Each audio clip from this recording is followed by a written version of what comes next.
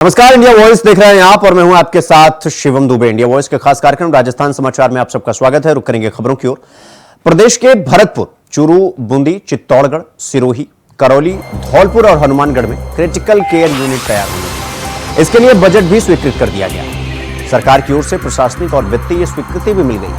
प्रधानमंत्री नरेंद्र मोदी प्रदेश के 7 जिलों में बनने वाली 8 क्रिटिकल केयर यूनिटों का शिलान्यास किया।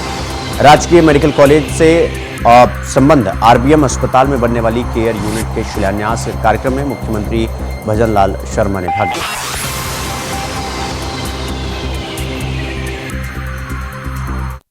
एक समय था जब इलाज में लोगों को घर, जमीनें, गहने सब बिक जाते थे। गंभीर बीमारी के इलाज का खर्च सुनकर ही गरीब की आत्मा कांप जाती थी। बुजुर्ग मां सोचती थी कि अपना इलाज कराऊं या नाती पोते की पढ़ाई। बुजुर्ग पिता सोचता था अपना इलाज कराऊं या घर के खर्च देखूं। इसलिए गरीब परिवार के बड़े बुजुर्गों को बस एक ही रास्ता दिखाई देता था, चुपचाप तकलीफ सहो, दर्द बर्दाश्त करो, चुपचाप मृत्यु का इंतजार करो। पैसे की कमी की वजह से इलाज ना करा पाने की वो बेबसी, वो बेचारगी गरीब को तोड़कर रख देती थी। आप सभी को ज्ञात है, जिस तरह से आज धनतेरस है, हम आज धन्वंतरी जयंती भी मनाते हैं। धन्वंतरी भगवान जिन्होंने जिस तरह से आयुष का हर क्षेत्र में उन्होंने हमको, क्योंकि वो हमारे देव माने जाते हैं, उन्होंने इस क्षेत्र में, स्वास्थ्य के क्षेत्र में हमको अद्वितीय धरोहर है, हमारी संस्कृति, हमारी विरासत, क्योंकि उन्होंने जिस तरह से हमको हमारी संस्कृति के भाग बनते हुए हर क्षेत्र में धन्वंतरी भगवान ने एक चिकित्सा पद्धति के क्षेत्र में हम कह सकते हैं कि हमारा भारत सबसे आगे है, जिसकी भौतिक समृद्धि और स्वास्थ्य को महत्व दिया गया है। यह पर्व हमने जीने का सलीका भी सिखाता है। यह पर्व बताता है कि स्वास्थ्य ही सबसे बड़ा धन है और इसके बिना जीवन में उपलब्धता संभव नहीं है। इसलिए हम कहते हैं कि पहला सुख निरोगी काया, और पहला सुख निरोगी काया ये व्यक्ति के स्वास्थ्य पर पूरी तरह से हम ध्यान दें। हम हर चीज को स्वास्थ्य के प्रति ऐसा नहीं लें कि लापरवाही की तरह से हम लें, उसको हम अगर ठीक प्रकार से चलेंगे तो पहला सुख निरोगी काया होता है। धन का भोग करने के लिए लक्ष्मी जी की कृपा के साथ ही उत्तम स्वास्थ्य और दीर्घायु होना आवश्यक है। भगवान धन्वंतरी को देवों का वैद्य कहा गया है। वो देव वैद्य हैं का पद हासिल भी उन्होंने आयुर्वेद से परिचय कराया। कहते हैं भगवान धन्वंतरी को सभी रोगों का चिकित्सा पद्धति में बहुत ही बड़ा योगदान है। प्रधानमंत्री जी के प्रयासों से मैं आयुर्वेदिक सहित पूरी आयुष चिकित्सा को नया मुकाम मिला है। राजस्थान आयुष मिशन के लिए 344 करोड़ रुपए की कार्य योजना के तहत आयुष संस्थागत ढांचे को आयुष्मान आरोग्य मंदिर और गुणवत्ता औषधियों की उपलब्धता सुनिश्चित की गई है। हमने अजमेर में आयुर्वेदिक योग प्राकृतिक चिकित्सा विश्वविद्यालय और महुआ तौसा में आयुर्वेदिक महाविद्यालय की स्थापना करने जा रहे हैं। हमने 8 जिला मुख्यालयों पर संचालित औषधालयों को जिला आयुष चिकित्सालय बनाने का और उन्हें क्रमोन्नत करने का काम किया है। प्रधानमंत्री जी ने पूरे देश भर में बहुत सारी स्वास्थ्य योजनाओं का शुरुआत भी की है।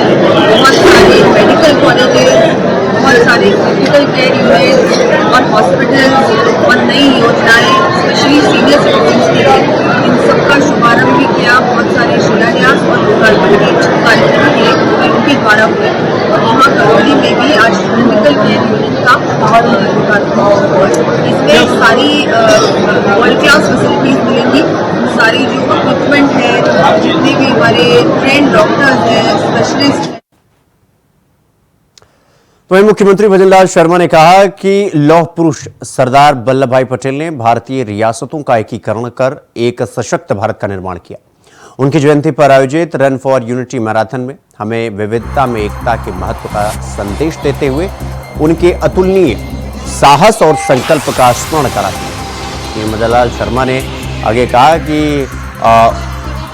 शर्मा ने अमर जवान ज्योति पर रन फॉर यूनिटी एक भारत श्रेष्ठ भारत मैराथन को हरी झंडी दिखाकर रवाना किया और उनकी उपस्थिति में जनसमूह से राष्ट्रीय एकता दिवस की शपथ का वाचन कराया गया। इस अवसर पर सीएम मदनलाल ने कहा कि आज़ादी के बाद जिस तरह सरदार पटेल ने अपनी दृढ़ इच्छा शक्ति के बल पर देश को एकता के सूत्र में पिरोया, उससे नई पीढ़ी को प्रेरणा लेनी चाहिए और राष्ट्रीय एकता के लिए समर्पित होकर कार्य करना चाहिए। इस अवसर पर कैबिनेट मंत्री राज्यवर्धन सिंह राठौड़ भी उपस्थित हैं। जब अलग अलग भागों में खंडित था, उस समय भारत को एक करने का सपना, एक करने का विजन जिस व्यक्ति में था वो सरदार वल्लभ भाई पटेल, और उन्होंने भारत को एक करके भी दिखाया। उन भारत की अखंडता और एकता के प्रतीक हैं सरदार वल्लभ भाई पटेल। उन जैसी हस्ती, उन जैसी लीडरशिप को लगातार हम याद करें, आने वाली पीढ़ी उनको याद करे और उनसे प्रेरणा ले। आज उन्हीं के रास्ते पे प्रधानमंत्री मोदी जी की लीडरशिप पे भारत एक भारत श्रेष्ठ भारत, आत्मनिर्भर भारत बन रहा है। हम सभी एक प्रण लें कि हम एक दूसरे का सम्मान करें, एक दूसरे का सहयोग करें और आपस की एकता को और बढ़ाएं। जब तक भारत एक रहेगा तब तक भारत मजबूत रहेगा। आने वाली पीढ़ी को हम यही सौंप के जा सकते हैं कि एक मजबूत, स्वस्थ, तंदुरुस्त भारत। आज रन फॉर यूनिटी हमने यहाँ मनाया, 31 तारीख को बनता है, लेकिन क्योंकि दिवाली का अवसर था इसलिए उसको हमने 29 को करा। और मेरा सभी से यही आग्रह है कि इस दिन जरूर आप अपने आप को स्वस्थ रखने के लिए, एकजुट होने के लिए इकट्ठे हों और एक दूसरे के साथ मिलकर कोई ना कोई वर्जिश करें या दौड़ करें। तो खबरों में आगे बढ़ेंगे। राजस्थान में उपचुनाव के लिए 7 विधानसभा क्षेत्रों में अभ्यर्थियों के नामांकन पत्रों की समीक्षा हुई। 25 अक्टूबर तक 94 अभ्यर्थियों ने कुल 118 नामांकन पत्र प्रस्तुत किए थे। अब तक 11 नामांकन पत्र रद्द हुए हैं। नामांकन पत्र वापसी की अंतिम तिथि 30 अक्टूबर है। मुख्य निर्वाचन अधिकारी नवीन महाजन ने बताया कि समीक्षा के दौरान दौसा विधानसभा क्षेत्र में सर्वाधिक 4 नामांकन पत्र रद्द हुए। खिवंसर और देवली उनियारा में 2-2 और झुंझुनू 84 और सलुम्बुर में 1-1 नामांकन पत्र रद्द हुए हैं। रामगढ़ विधानसभा क्षेत्र में कोई भी नामांकन पत्र रद्द नहीं हुआ है और इस प्रकार कुल 11 नामांकन रद्द हुए हैं, जिससे 10 अभ्यर्थियों को उनका अभ्यर्थना समाप्त हो गया है। महाजन के अनुसार 7 विधानसभा क्षेत्रों में समीक्षा के बाद अभ्यर्थियों की संख्या 84 रह गई। बुधवार 30 अक्टूबर को दोपहर 3 बजे तक नामांकन वापस लिया जा सकेगा। दौसा, देवली उनियारा, झुंझुनू, रामगढ़, 84, सलम्बुर और खिवंसर विधानसभा सीट पर मतदान होने वाला है। इन सीटों पर चुनाव प्रचार तेज हो गया है। दौसा में भाजपा और कांग्रेस की सीधी लड़ाई।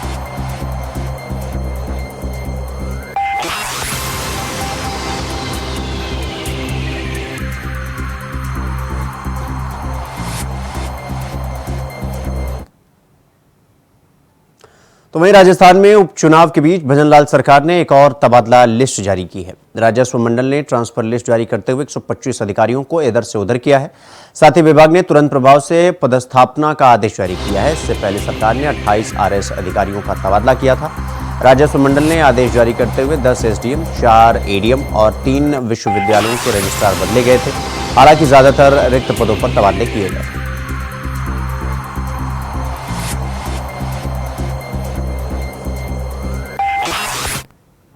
तो वहीं बाबा सिद्दीकी की हत्या के बाद लॉरेंस बिश्नोई के नाम पर हुए विवादों के बीच सलमान खान की सुरक्षा भी बढ़ा दी गई है।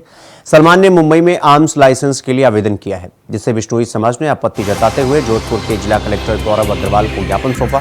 ज्ञापन में बिश्नोई समाज का कहना है कि सलमान के खिलाफ राजस्थान हाईकोर्ट और सुप्रीम कोर्ट में हिरण शिकार और आर्म्स एक्ट से जुड़े 4 मामले अभी भी लंबित हैं। बिश्नोई टाइगर फोर्स के अध्यक्ष रामपाल भवाद ने इसे वन्यजीव न्याय का उल्लंघन बताते हुए सरकार से ये मांग की कि सलमान के मामलों का निस्तारण शीघ्रता से हो।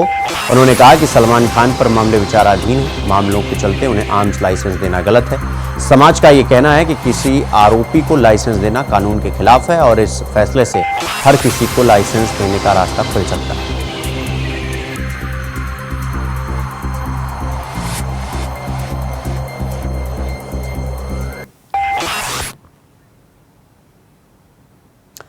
खबरों में आगे बढ़ेंगे। बालोतरा जिले के जोधपुर बाड़मेर नेशनल हाईवे 25 पर बड़ा हादसा सामने आया। इस हादसे में 2 बसों की टक्कर होने से 3 लोगों की मौत हो गई, जबकि 16 लोग इस पूरी घटना में घायल हो गए। जानकारी के मुताबिक आपको बता दें कि हाईवे पर एक बस खड़ी थी, जिससे मिनी बस की टक्कर हो गई। मिनी बस में सवार 3 लोगों की मौके पर ही दर्दनाक मौत हो गई। हादसा बालोतरा जिले के कुड़ी गांव के पास का है। घटना की सूचना मिलते ही पचपदरा पुलिस घटनास्थल पर पहुंची। घायलों को 108 एम्बुलेंस की सहायता से उपचार के लिए अस्पताल लाया गया। हादसे की सूचना मिलने पर पचपदरा विधायक अरुण चौधरी भी जिला अस्पताल पहुंचे और घायलों की कुशल स्थिति को जाना। पुलिस ने बताया कि बाड़मेर में जोधपुर जाने वाले हाईवे 25 पर एक प्राइवेट बस में यह हादसा हुआ।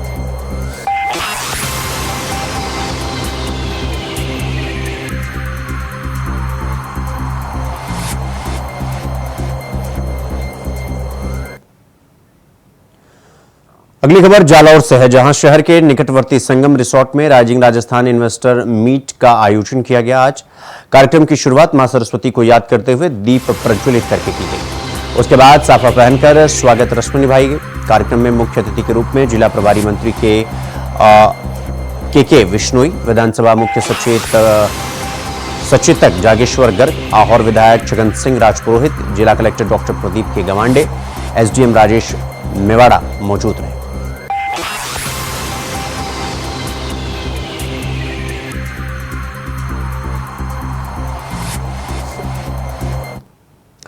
तो वहीं पाली जिले के अटपड़ा गांव के पास 25 अक्टूबर को हुए 49 लाख रुपए की लूट की वारदात को पुलिस ने खुलासा कर दिया है। इस मामले में ट्रक ड्राइवर ही मास्टरमाइंड बताया गया, जिसने अपने दोस्तों के साथ मिलकर वारदात को अंजाम दिया। पुलिस ने इस मामले में आरोपी ट्रक ड्राइवर के साथ 5 लोगों को गिरफ्तार किया है। इस मामले में अभी एक आरोपी फरार है, जिसकी तलाश लगातार जारी है।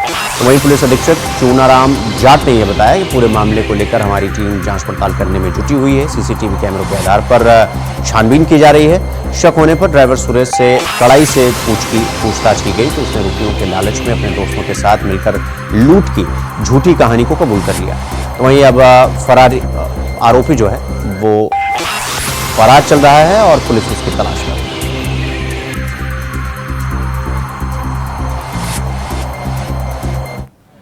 सोजत सिटी थाना क्षेत्र में दिनांक 25/10/2024 को सूचना मिली कि स्टेट हाईवे नंबर 62 पर अटबड़ा के पास एक ट्रक में लूट हो गई है और 49.5 लाख के आसपास रुपए है, जो कोई एक कैंपर गाड़ी आकर उनसे लूट के चली गई। इस सूचना पर एसएचओ और उनकी टीम मौके पर गई।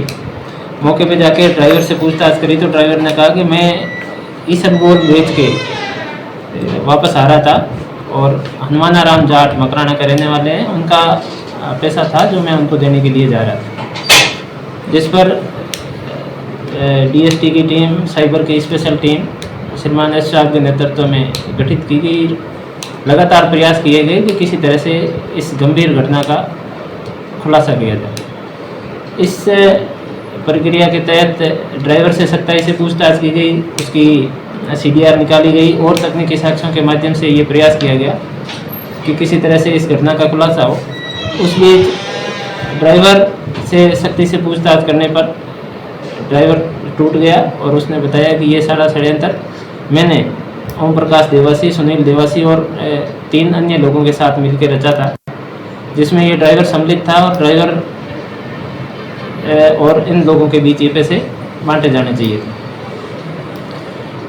इस बात के खुलासे के बाद यहाँ से कृष्णाराम, सब इंस्पेक्टर मल्लाराम और स्पेशल टीम के नेतृत्व में थाना आसोप और बड़ी घाटों में लगातार रेड की गई। उसमें सफलता मिली और अब हमने ओम प्रकाश और सुनील देवासी, सुमेर और गणपत 4 लोगों को अरेस्ट कर लिया है। तो रुक करेंगे अगली खबर की ओर। अगली खबर नीम का थाना से है, जहां पत्थरों से भरे ओवरलोड डंपर बाजार के मुख्य रास्ते से होकर गुजरते हैं और जिससे वहां के लोगों को यानी कि दुकानदारों को काफी परेशानी हो रही है। ओवरलोड वाहनों की वजह से दीपावली से पहले एक बड़ा हादसा भी हो गया, जब अब जिसको देखते हुए प्रशासन भी लापरवाह बना हुआ है और दुकानदारों में भी इसको लेकर रोष है, गुस्सा है। उनकी मांग है कि बाजार में किसी भी तरह के ओवरलोडिंग वाहन को नो एंट्री किया जाए और किसी भी कोई भी परेशानी ना हो। लोग बाजार आने में जाने में भी भयभीत रहते हैं कि कोई हादसा ना हो जाए। ओवरलोड वाहनों से परेशान दुकानदार जो है वो पूरी तरीके से परेशान है।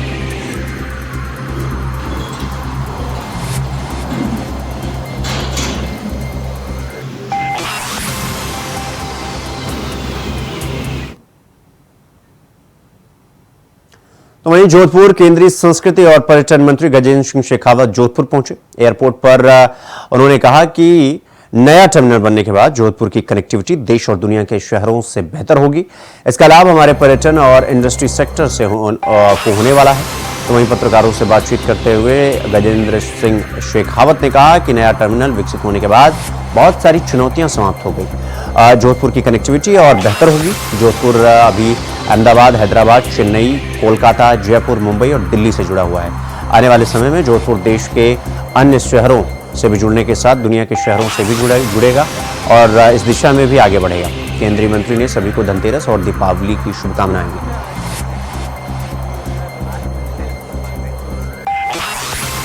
आपके चैनल के माध्यम से आप सबको, आपके सभी दर्शकों को और सभी मारवाड़ वासियों को धनतेरस की बहुत सारी शुभकामनाएं देना चाहता हूं। आज भगवान धन्वंतरी का दिवस है, जो आयुष के और स्वास्थ्य के देवता हैं। मैं आप सभी के लिए उत्तम स्वास्थ्य की कामना करते हुए, क्योंकि आज लक्ष्मी के पूजन का दिन भी है, आप सबके घर में स्थायी रूप से लक्ष्मी का वास हो, ऐसी भगवान से प्रार्थना करता हूँ। आने वाले समय में ये जो एयरपोर्ट का विकास जिस गति से हो रहा है, 3-4 महीने में हमारा नया टर्मिनल विकसित हो जाएगा और उसके बाद में बहुत सारी चुनौतियां, समस्याएं जो हमारे पास में हैं वो समाप्त होंगी। जोधपुर की कनेक्टिविटी और बेहतर होगी। आज जोधपुर अहमदाबाद से, हैदराबाद से, चेन्नई से, कोलकाता से, जोधपुर जयपुर, मुंबई, दिल्ली, इन सब शहरों से तो जुड़ा ही है, लेकिन आने वाले समय में टर्मिनल विकसित होने के बाद में जोधपुर देश के अन्य बड़े शहरों के साथ जुड़ने के साथ साथ में दुनिया के अन्य शहरों से भी जुड़े, इस दिशा में भी आगे बढ़ेगा और इससे जोधपुर के टूरिज्म सेक्टर को, जोधपुर के इंडस्ट्री सेक्टर को, दोनों को ही बहुत बड़ा लाभ होगा। हैंडीक्राफ्ट इंडस्ट्री जोधपुर की कोर इंडस्ट्री है, स्टील इंडस्ट्री है और टूरिज्म इंडस्ट्री, ये तीनों ही इसके कारण से बहुत लाभान्वित।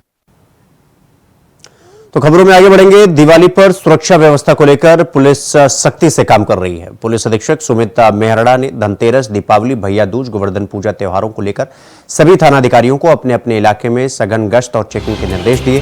पुलिस ने व्यापारियों से अपील की कि अगर आपको कोई संदिग्ध व्यक्ति नजर आता है तो फौरन जिला पुलिस के कंट्रोल नंबर या स्थानीय पुलिस को इसकी सूचना दें। पुलिस आपकी सहायता में मौजूद है।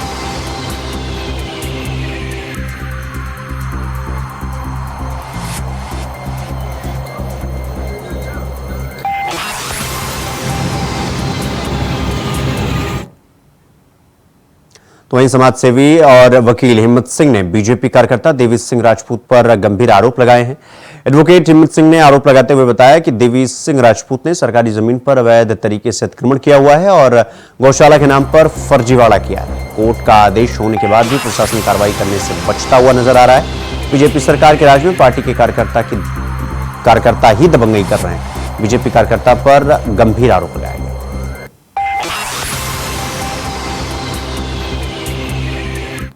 हाँ, बीजेपी गवर्नमेंट ये कह रही है कि सबका साथ सबका विकास, लेकिन यहाँ तो व्यक्ति विशेष का साथ है।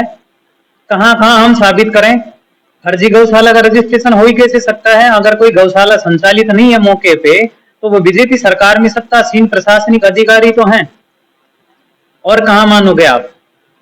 एक सरकारी जमीन पर एक भूमाफिया कब्जा कर लेता है, वो बीजेपी का नेता कब्जा कर लेता है और उसको अगर हटाने में कोई सरकार सक्षम नहीं है, तो आप कैसे मान लोगे कि आप सबका साथ और सबके विकास वाली बात हो रही है? क्योंकि आज 1 साल बाद भी वहां पे उसका प्रॉपर। तो वहीं जालौर जिला कलेक्टर मुख्यालय के सामने मांडोली निवासी गणपत सिंह हत्याकांड के खुलासे को लेकर पिछले 13 दिन से लगातार धरना प्रदर्शन चल रहा था, जो मुख्य सचेतक जागेश्वर गर्ग, जिला कलेक्टर डॉक्टर प्रदीप के गवांडे, पूर्व आयुक्त धनाराम पुरोहित, भाजपा राष्ट्रीय परिषद सदस्य रविंद्र सिंह बालावत और पुलिस प्रशासन द्वारा राजपूत समाज के लोगों से बातचीत की गई। इसके बाद कार्रवाई पर उचित आश्वासन दिए जाने और दीपावली को देखते हुए धरना स्थगित कर दिया गया। आपको बता दें, करीब 2 महीने पहले किराना व्यापारी गणपत सिंह की निर्मम तरीके से हत्या कर दी गई थी, जिसका खुलासा हत्या के 2 महीने बीतने के बाद भी नहीं हो पाया। इस मामले में पीड़ित परिवार ने सरकार की तरफ से बात करने आए प्रतिनिधियों से हत्याकांड में जांच अधिकारी बदलने और शुरुआत में ही रामचीन पुलिस द्वारा लापरवाही बरतने और वाले अधिकारियों और कर्मियों को हटाने पर सहमति बनाई गई। दीपावली को देखते हुए धरना स्थगित कर दिया।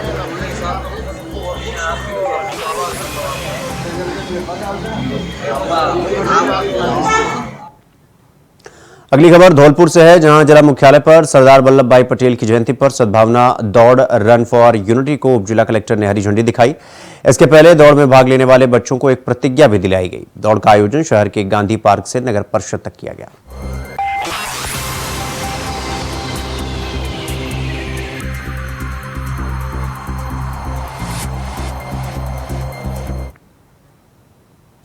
अगली खबर झालावाड़ से है, जहां अवैध खनन करने वालों के खिलाफ सदर पुलिस और खनन विभाग ने मिलकर बड़ी कार्रवाई की है। अवैध मिट्टी ग्रेवल की खनन करते 4 ट्रैक्टर, 1 जेसीबी जब्त की गई है। सदर थाने क्षेत्र के उमराल के पास वाहनों को पकड़ा गया है। वहीं सदर थाना क्षेत्र के एसआई भूपेंद्र हडा, मुकेश चंद्र, प्रदीप फौजदार, खनन विभाग के कार्यवाहक अधिकारी सुभाष बैरवा और कालूराम जाट ने कार्रवाई को अंजाम दिया।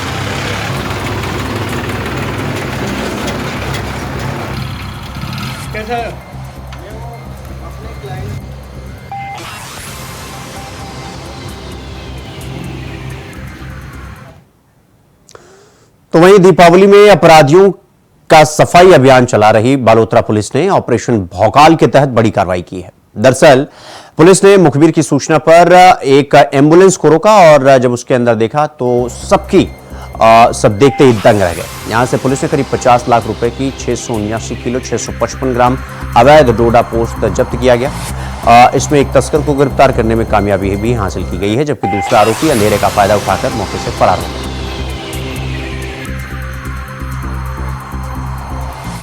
सूचना अनुसार उसकी तलाशी ली तो उसमें अवैध डोडा पोस्ट मिला। इस डोडा पोस्ट की मात्रा 780 किलोग्राम थी लगभग, और इसमें एक अभियुक्त बोमाराम जो कि 29 साल का है और सदर बाड़मेर का निवासी, उसको हमने गिरफ्तार किया है। हाँ, इसमें तस्करों ने धीरे धीरे नए तरीके अपनाना शुरू कर दिया है। जैसे 2 दिन पहले जो बाइक में कार्रवाई हुई थी तो उसमें कोरियर के टेम्पो का उन्होंने यूज किया था। इसी तरह जो कल जो कार्रवाई हुई तो उन्होंने एम्बुलेंस का यूज किया था, ताकि क्योंकि एम्बुलेंस इमरजेंसी सर्विस प्रोवाइड करती है तो पुलिस उसको नाकाबंदी में जनरली कम चेक करती है या नहीं चेक करती है। तो इसमें मुख्य भूमिका आसूचना संकलन की रही है। तो 2 सिपाही हैं, जिसमें उदाराम और अशोक कुमार जो कि बैतूल थाने के, तो उनके आसूचना संकलन अच्छी, क्योंकि हमारे पास पुख्ता आसूचना थी, इसीलिए हमने उसकी नाकाबंदी करवाई। तो उसका केस भी किया, क्योंकि नाकाबंदी तोड़ के भाग जाते हैं। तो इसी के साथ राजस्थान समाचार में फिलहाल अभी के लिए बस इतना ही। देश और दुनिया की तमाम खबरों को देखने के लिए देखते रहिए इंडिया वॉइस। नमस्कार।